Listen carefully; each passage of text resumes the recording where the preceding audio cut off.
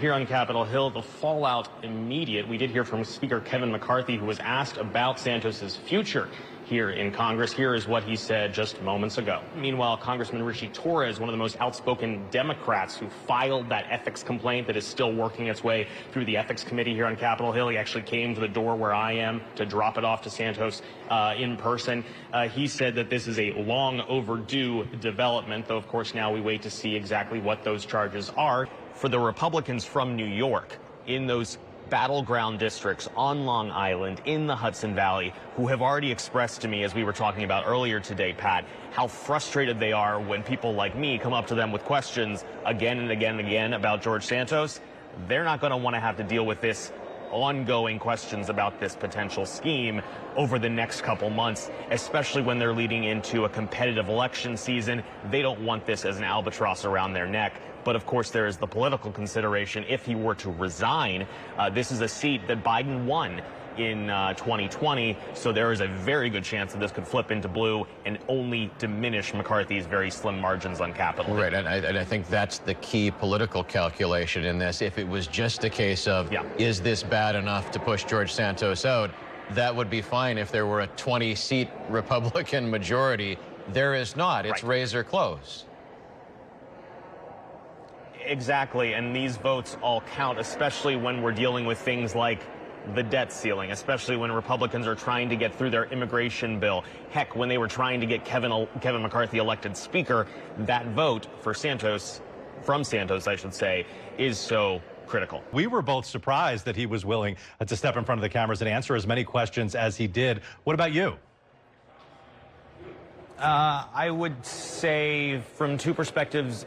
Is it shocking? Yes. Is it surprising? Not necessarily. Because of having watched him over the past couple months, I remember the first few weeks when he was here on Capitol Hill, he was a bit dumbstruck by the amount of media attention that was following him around, including myself, trailing him down hallways, running with him across Capitol Hill. They went away for a week, Congress did, then they came back, and then all of a sudden he seemed to have a bit of a switch of a mentality, almost enjoying the audience, enjoying the crowds, to the point where in the last couple of weeks there has been relatively less attention on him just because there's been a lot of other things going on in the news cycle, so he no longer has the parade of folks lining up outside of his office, and so he's a little more eager to find ways to interact with folks or poke fights on Twitter.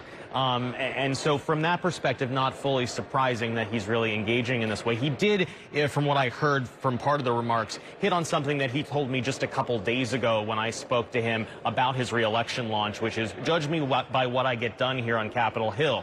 The issue being for that, although he is a very firm Republican vote, and certainly Republicans here on Capitol Hill could use his vote today when it comes to this immigration bill that they're struggling to corral support for. At the same time, he's introduced several bills of his own, but he's struggled to get any sort of co-sponsors, which is a signifier, one, that you have allies on Capitol Hill willing to work with you and vouch for you, and two, that you're going to be able to actually move legislation that you're advocating for along. He promises that things will change, but now this is another thing hanging over its head, and one has to wonder how much people are wanting to interact with him here on the Hill and actually work with him. Certainly the Republicans from New York that I've talked to are very tired of answering questions about George Santos. One new development in the last hour or so here, McCarthy has told reporters that he will not support George Santos for re-election, indicating that he has a lot going on in his personal life that he needs to deal with. Now, of course, in addition to this federal probe, there are also ongoing other investigations at other levels of government. And then here on Capitol Hill,